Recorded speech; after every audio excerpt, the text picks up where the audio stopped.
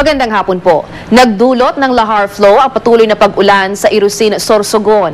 Pero hindi naman kalakihan ng lahar na ito kumpara noong 2007. Patuloy naman ang buhay ng mga residente. Nag-aalala raw sila sa pag-agos ng lahar pero hindi pa naman daw kailangan ng paglikas. Nakahanda naman daw ang lahat, oras na kailanganing mag-evacuate. Sa ibang balita naman, 3 sugatan sa pagsabog na naganap sa loob ng isang bus terminal sa North Cotabato.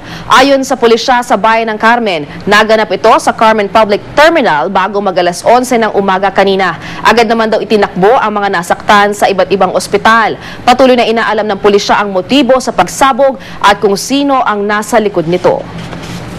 Sa ibang balita naman, sinimulan na ang paghahanda sa Engranding Heroes Welcome para sa pambansang kamao na si Manny Pacquiao sa Sarangani.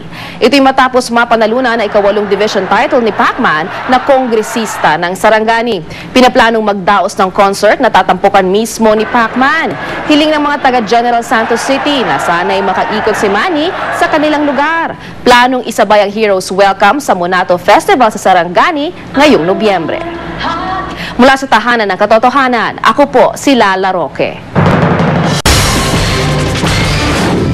Matapos talunin si Antonio Margarito, Congressman Manny Pacquiao, iniinda pa rin daw ang mga tinamong suntok.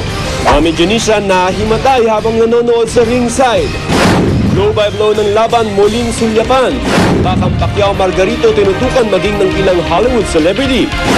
Tutukan sa 24 oras dahil hindi natutulog ang balita. Mamaya pagkatapos ng bantatay at bagong Survivor Philippines Celebrity Showdown.